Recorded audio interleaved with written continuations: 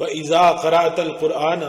فَاسْتَعِذْ بِاللَّهِ مِنَ الشَّيْطَانِ الرَّجِيمِ بسم اللہ الرحمن الرحیم۔ قرآن مجید ہم تک کیسے پہنچا؟ یہ ایک بہت بڑا سوال ہے اور اس کا جواب بھی بالکل مشکل نہیں ہے، لیکن حیرت کی بات یہ ہے کہ چاہے کوئی مسلم سکولر ہو یا غیر مسلم، کسی نے بھی آج تک اس سوال کا ایسا تسلی بخش جواب نہیں دیا جو تمام لوگوں کی عقل کو یکساں اپیل کرے۔ یہاں لفظ عقل کا حوالہ بڑی اہمیت رکھتا ہے۔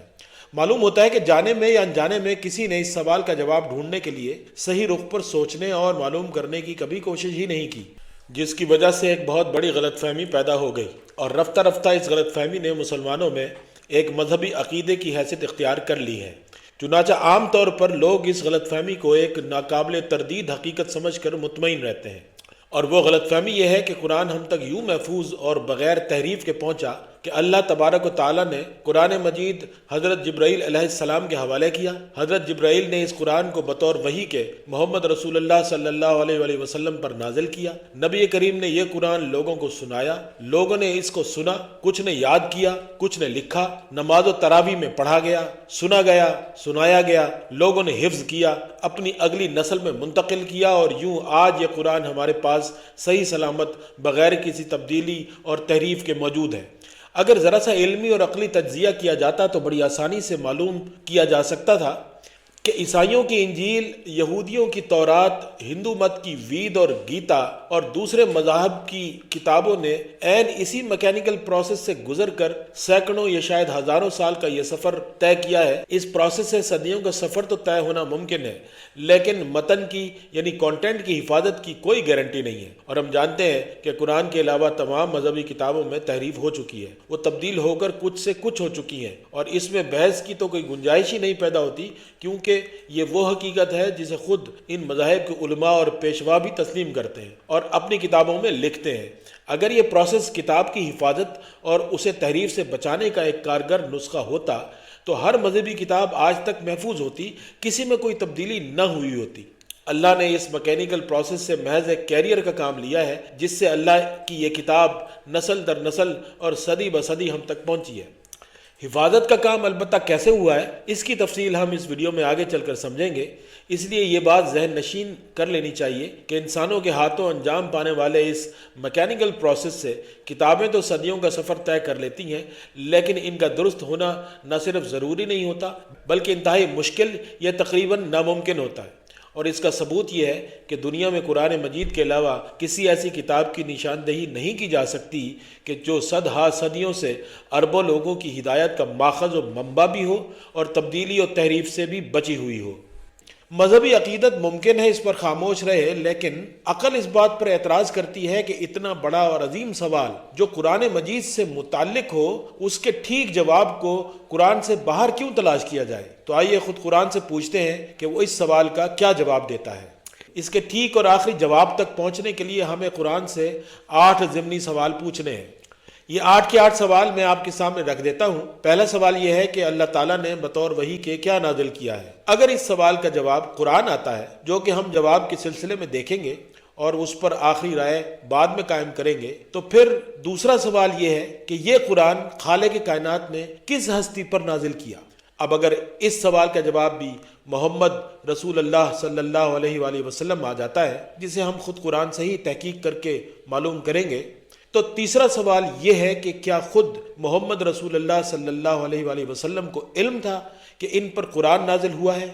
اور چوتھا سوال یہ ہے کہ کیا خالق کائنات نے محمد رسول اللہ صلی اللہ علیہ وآلہ وسلم پر قرآن کے علاوہ بھی کچھ نازل کیا ہے؟ اب جب قرآن ایک دفعہ ہمارے ہاتھ آ گیا تو اگلی سٹیج کے لیے پھر 4 سوال اٹھ کھڑے ہوتے ہیں۔ پہلا سوال یہ ہے کہ اس قرآن کی ترتیب کون کرے گا؟ دوسرا سوال یہ ہے کہ اس کی ٹھیک ٹھیک قرات کون کروائے گا؟ تیسرا سوال یہ ہے کہ کون اس کے ٹھیک ٹھیک مفہوم کو سمجھائے گا؟ اور چوتھا سوال یہ ہے کہ قیامت تک اس کتاب کی حفاظت کون کرے گا؟ اس دوسری سٹیج کے 4 سوالوں یا 4 کاموں میں قرآن سے جو چیز پورے دھیان سے اور دیانت سے دیکھنے اور سمجھنے والی ہے وہ یہ ہے کہ کیا اللہ تعالیٰ کے علاوہ بھی کوئی اور دنیا میں ایسی ہستی ہے جس کی خود قرآن یہ ڈیوٹی لگا رہا ہو کہ وہ ان 4 کاموں میں سے کوئی 1، 2 یا سارے کام کرے گا، یا یہ کہ ان 4 کاموں کی ذمہ داری اللہ نے مکمل طور پر خود سنبھال رکھی ہے۔ اب ہم ایک ایک سوال کو سامنے لائیں گے اور ہر سوال کو انفرادی طور پر قرآن سے پوچھیں گے کہ وہ ان کا کیا جواب دیتا ہے۔ تو پہلی سٹیج کا پہلا سوال ہے کہ خالق کائنات نے بطور وحی کے کیا نازل کیا ہے؟ تو اس کا ایک جواب سورہ یوسف کی آیت نمبر 3 کے ایک جملے میں ہے، اوحینا الیک ھذا القرآن، کہ ہم نے اے نبی تم پر یہ قرآن نازل کیا ہے۔ الفاظ پر غور کرنے کی ضرورت ہے۔ اوحینا، ہم نے وحی کیا ہے، الیکا، تمہاری طرف، تم پر، ھذا القرآن، یہ قرآن۔ تو اس جملے میں ہمیں یہ پتہ چلا کہ اللہ تعالیٰ نے کسی ہستی پر کچھ وحی کیا ہے اور وہ قرآن ہے، جسے اللہ تعالیٰ ھذا القرآن کہہ رہا ہے، جیسے اس کی طرف انگلی سے اشارہ کیا جا رہا ہو کہ یہ قرآن ہم نے تم پر نازل کیا ہے، الیکا، تم پر۔ اب یہ تم کون ہے، اسے ہم دوسرے سوال کے جواب میں تلاش کریں گے، لیکن یہاں یہ پتہ چل رہا ہے کہ اللہ تعالیٰ نے بطور وحی کے جو کچھ نازل کیا، خود قرآن اس کو لفظ قرآن سے تعبیر کر رہا ہے۔ اسی سوال کا جواب سورۃ الانسان میں یا سورۃ الدہر کی آیت نمبر 23 میں ہے،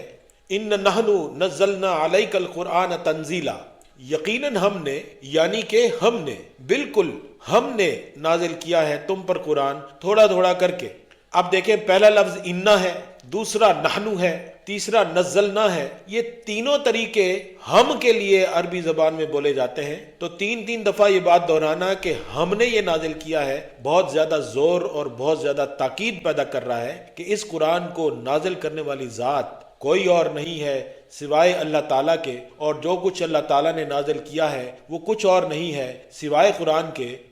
اس سوال کا جواب سورہ یوسف کی آیت نمبر 2 میں بھی ہے، انا انزلناہ قرآنا عربیا لعلکم تعقلون، یقیناً ہم نے، جی ہاں بالکل ہم نے نازل کیا ہے قرآن کو عربی زبان میں تاکہ تم سمجھ سکو۔ ادھر اس آیت میں 2 دفعہ جو جملے کے شروع میں ہم کا تصور دہرایا ہے، تو بعد میں زور اور وزن پیدا کرتا ہے کہ اس قرآن کو نازل کرنے والی ذات صرف اور صرف اللہ تعالیٰ کی ہے۔ اور اسی سوال کا جواب سورہ الشورى کی آیت نمبر 7 کے ایک جملے میں ہے، وَكَذَلِكَ أَوْحَيْنَا إِلَيْكَ قُرْآنًا عَرَبِيًّا،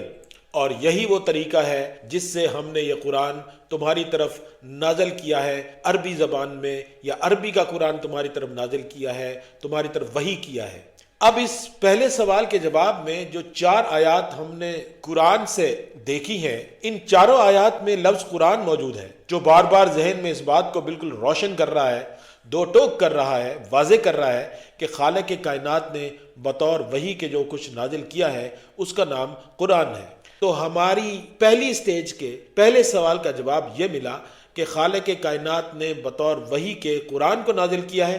اب آئیے دوسرے سوال پر غور کرتے ہیں۔ دوسرا سوال یہ ہے کہ خالق کائنات اللہ تبارک و تعالیٰ نے یہ قرآن کس ہستی پر نازل کیا ہے؟ تو اس کے لیے سورہ محمد کی آیت نمبر 2 پر ذرا غور کریں تو بات سمجھ میں آ جاتی ہے،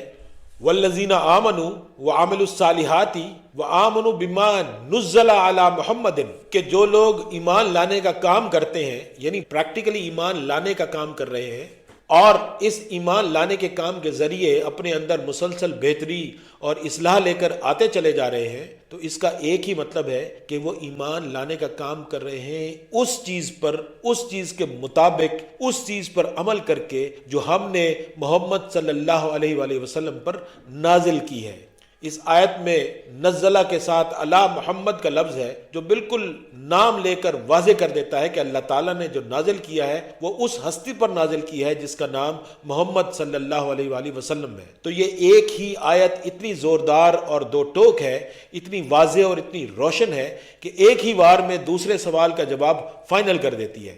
تو ہمارا دوسرا سوال تھا کہ خالق کائنات نے یہ قرآن کس ہستی پر نازل کیا ہے، تو خود قرآن اس کا جواب یہ دیتا ہے کہ یہ قرآن جس ہستی پر نازل کیا گیا ہے اس کا نام محمد صلی اللہ علیہ وآلہ وسلم ہے۔ اب آئیے تیسرے سوال پر غور کرتے ہیں کہ کیا محمد رسول اللہ صلی اللہ علیہ وآلہ وسلم کو علم تھا کہ ان پر قرآن نازل ہوا ہے؟ تو دیکھیں سورہ الانعام کی آیت نمبر 19 کا یہ جملہ جو اللہ تعالیٰ کہلوا رہا ہے محمد رسول اللہ صلی اللہ علیہ وآلہ وسلم سے، وَأُوحِيَ إِلَيَّ هَذَا الْقُرْآنُ لِأُنذِرَكُم بِهِ وَمَن بَلَغَ، کہ اے نبی کہہ دو مجھ پر وہی ہوتی ہے یہ قرآن، جیسے انگلی سے اشارہ کر کے کسی چیز کو پوائنٹ آؤٹ کیا جا رہا ہو، ھذا القرآن، تاکہ میں تمہیں خبردار کر دوں کہ کسی بھی نقصان پہنچنے سے پہلے جس کو ہم خبردار کرنا کہتے ہیں، اور اس کے بعد ہے کہ جس تک یہ قرآن پہنچ جائے تو وہ بھی خبردار ہو جائے۔ اور پھر سورہ نمل کی آیت نمبر 6 ہے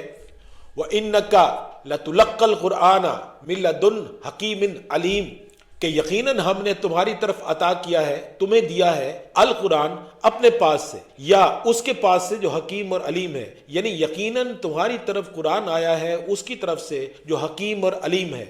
اب ان دو آیات سے اس تیسرے سوال کا جواب فائنل ہو جاتا ہے کہ رسول اللہ صلی اللہ علیہ وآلہ وسلم کو پورے شعور اور مکمل علم کے ساتھ یہ بات معلوم تھی کہ ان پر قرآن نازل ہوا ہے۔ اب پہلی سٹیج کا چوتھا سوال آ جاتا ہے کہ کیا خالق کائنات نے محمد رسول اللہ صلی اللہ علیہ وآلہ وسلم پر قرآن کے علاوہ بھی کوئی اور چیز نازل کی ہے؟ تو اس کے جواب میں سورہ الحجر کی آیت نمبر 87 کو دیکھ لیں، وَلَقَدْ آتَيْنَاكَ سَبْعًا مِّنَ الْمَثَانِي وَالْقُرْآنَ الْعَظِيمِ، کہ یقیناً ہم نے تمہیں جو کچھ دیا ہے اس کے دو حصے ہیں، ایک دہرا کر پڑھی جانے والی 7 یعنی کہ 7، یہ سورہ الفاتحہ کی طرف اشارہ ہے جو کہ قرآن کے دیباچے کی حیثیت رکھتی ہے، اور اس کے بعد پورا قرآن آتا ہے، اور اس کے لیے الفاظ ہیں والقرآن العظیم۔ تو اللہ تعالیٰ نے اس سورہ الحجر کی آیت نمبر 87 میں واضح کر دیا کہ اس نے محمد رسول اللہ صلی اللہ علیہ وآلہ وسلم کو جو کچھ بھی دیا ہے وہ سوائے قرآن کے اور کچھ بھی نہیں ہے، اور یہ سورۃ الفاتحہ بھی نزول کے اعتبار سے اسی قرآن کا حصہ ہے، لیکن قرآن کے دیباچے اور مقدمے کے طور پر اس کی اپنی ایک الگ شناخت ہے۔ یوں ہم ان چاروں سوالوں کا جواب قرآن سے تلاش کر چکے ہیں، اور اس کا خلاصہ یہ ہے کہ اللہ تعالیٰ نے قرآن نازل کیا ہے محمد رسول اللہ صلی اللہ علیہ وآلہ وسلم پر، اور یہ کہ یہ قرآن آپ صلی اللہ علیہ وآلہ وسلم کے اوپر پورے شعور اور پورے حواس میں پورے علم کے ساتھ نازل کیا گیا کہ وہ جانتے تھے کہ ان پہ قرآن ہی نازل ہوا ہے، اور یہ بھی قرآن نے بتا دیا کہ محمد رسول اللہ صلی اللہ علیہ وآلہ وسلم پر سوائے قرآن کے اور کوئی چیز نازل نہیں ہوئی ہے۔ ان چار سوالوں سے قرآن کے نزول کی حد تک، اس کے نازل کرنے والے کا، خود نازل ہونے والی چیز کا، جس پر نازل کیا گیا ہے اس ہستی کا، اور جو کچھ نازل کیا گیا ہے اس کا مکمل احاطہ ہو جاتا ہے۔ اور اس میں صرف 3 ہی ہستیاں ہمارے سامنے آتی ہیں، ایک خالق کائنات اللہ تبارک و تعالی ہے، دوسرے وحی کو یعنی اس پیغام کو اللہ سے لے کر آنے والے جبرائیل علیہ السلام ہیں، اور تیسرے جن پر یہ قرآن نازل ہوا یعنی نبی آخر الزمان محمد رسول اللہ صلی اللہ علیہ وآلہ وسلم ہیں۔ تو یہاں آ کر پہلی سٹیج مکمل ہو گئی۔ اب اگلی سٹیج کے 4 سوالوں میں سے ہم قرآن سے یہ پوچھنے کی کوشش کریں گے کہ اب اس قرآن کے ساتھ کیا ہوگا، اس کو جمع کیسے کیا جائے گا، اس کو پڑھا کیسے جائے گا، اس کو سمجھا کیسے جائے گا، اور قیامت تک اس کو محفوظ کیسے رکھا جائے گا۔ تو اب ایک ایک سوال قرآن سے پوچھ کر دیکھتے ہیں کہ وہ ان کا کیا جواب دیتا ہے۔ تو دوسری سٹیج کا پہلا سوال ہے کہ اس قرآن کی فائنل ترتیب کون دے گا؟ تو اس کے لیے سورہ قیامہ کی آیت نمبر 17 کو دیکھیں، اِنَّا عَلَيْنَا جَمْعَهُ۔ اب اس لفظ علینا پر غور کریں، ہم پر یہ چیز لازم ہے، یہ ہماری ذمہ داری ہے، ہم نے خود پر اسے فرض کیا ہوا ہے۔ آگے ہے جمعہ، یہ قرآن کی طرف اشارہ کیا جا رہا ہے کہ ہم اس کو جمع کریں گے، شروع سے لے کر آخر تک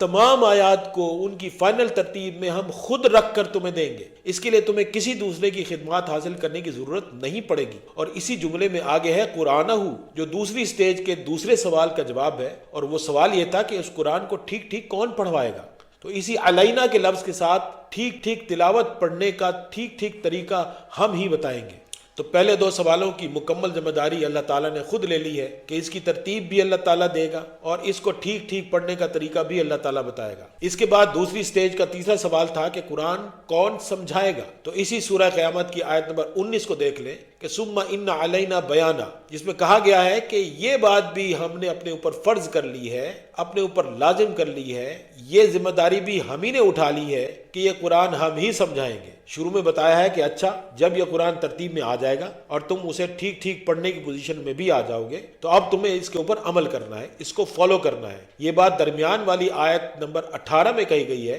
جس کو تفصیل سے پڑھنا ہو وہ پوری ترتیب سے پڑھ سکتا ہے۔ آیت نمبر 16، 17، 18 اور 19، ان 4 آیات میں یہ سارا کچھ پوری تفصیل کے ساتھ اللہ تعالیٰ نے بتا دیا ہے کہ جب اطاعت کی اور پیروی کی اور اس کو فالو کرنے کی بات آئے گی تو اس کے لیے ضروری ہوگا کہ تم اس کتاب کو اور اس کی آیات کو ٹھیک ٹھیک سمجھنے کی پوزیشن میں آ جاؤ۔ تو وہ تمہیں کون سمجھائے گا؟ ہم سمجھائیں گے۔ کہ یہ چیز بھی ہم پر لازم اور فرض ہے، اور یہ ہماری خاص ذمہ داری ہے کہ ہم ہی اس کو تمہیں سمجھائیں گے۔ اور اس کے بعد دوسری سٹیج کا چوتھا اور آخری سوال عالم پہنچا کہ اس قرآن کی قیامت تک حفاظت کون کرے گا۔ تو اس کے لیے سورۃ الحجر کی آیت نمبر 9 کو دیکھ لیں، بڑی مشہور آیت ہے، جگہ جگہ کوٹ کی جاتی ہے، جگہ جگہ اس کا حوالہ دیا جاتا ہے کہ یقیناً ہم نے اس ذکر کو نازل کیا ہے اور یقیناً اس کی حفاظت بھی ہم کریں گے۔ یہاں پر عربی زبان کو جاننے والے یہ سمجھتے ہیں کہ کیا عظیم انداز اختیار کیا گیا ہے کہ آیت ہے ان نحن نزلنا الذکر وان لہ لحافظون، ان ایک ہم کے لیے، نحن دوسرا ہم کے لیے، نزلنا میں نون الف نا تیسرا ہم کے لیے، پھر الذکر وانا اور پھر چوتھا ہم کے لیے، لحافظون حفاظت کرنے والے ہیں۔ تو اس آیت کا جو بندوبست ہے اس میں شروع میں انا، پھر ہے نحنو، پھر ہے نزلنا، پھر ہے الذکر، یوں 4 مرتبہ اس ایک آیت میں ہم کے تصور کو دہرا کر اللہ تعالی نے اس جملے میں زور پیدا کرنے کی انتہا کر دی ہے کہ اس قرآن کی حفاظت ہمارے علاوہ اور کسی کی ذمہ داری نہیں ہے، ہم ہی نے اس ذکر کو، اس قرآن کو نازل کیا ہے۔ اب یہ ہماری رسپانسبلٹی ہے، یہ ہماری ذمہ داری ہے، یہ ہم پر لازم ہے، یہ ہم پر فرض ہے کہ ہم ہی اس کی قیامت تک حفاظت کریں۔ کسی انسان کو ان چاروں میں سے کوئی ایک کام کرنے کی بھی ذمہ داری اللہ تعالیٰ نے نہیں سونپی۔ اس کا مطلب یہ ہے کہ قرآن کے نزول سے لے کر تا قیامت اس کی حفاظت تک، جس میں اس کا ترتیب میں آنا، صحیح طریقے سے پڑھا جانا، اس کو ٹھیک طریقے سے سمجھا جانا اور اس کا قیامت تک محفوظ رہنا، ان تمام چیزوں کی مکمل ذمہ داری خود اللہ تعالیٰ نے لے لی ہے۔ اور اللہ تعالیٰ اپنا کام کیسے کرتا ہے اس کی تفصیل کو سمجھنا انسان کے بس کی بات نہیں ہے۔ انسان اپنی محدود عقل اور محدود علم کے ساتھ اتنی ہی چیزیں سمجھ سکتا ہے جو کہ اس کے دائرہ علم و شعور میں آ سکتی ہیں۔ اللہ تعالیٰ چونکہ خالق ہے اور وہ مخلوق کی استعداد سے بہت بلند اور اس کے احاطہ شعور سے بہت ماورا ہے، اس لیے جو کچھ اللہ تعالیٰ کر سکتا ہے وہ سارا احاطہ انسان کر سکے یہ ناممکن ہے۔ یہ کام اللہ تعالیٰ نے ہمیں کر کے دیا ہے چونکہ وہ خود اس کی ذمہ داری اٹھا چکا ہے اور اس کی واضح تفصیل خود قرآن میں بتا چکا ہے۔ اب وہ یہ کام کیسے کرتا ہے یہ اللہ جانتا ہے، اس کے علاوہ کوئی نہیں جانتا۔ واللہ یعلم وانتم لا تعلمون۔ تو یہ ہے وہ طریقہ اور یہ ہے وہ پروسیس جس کے تحت قرآن ہم تک پہنچا، اور یوں ہم نے اس بڑے سوال کا جواب تلاش کر لیا کہ قرآن ہم تک کیسے پہنچا۔ تو یہ ساری ڈسکشن اس بات پر ختم ہو رہی ہے کہ قرآن ہم تک ایسے پہنچا۔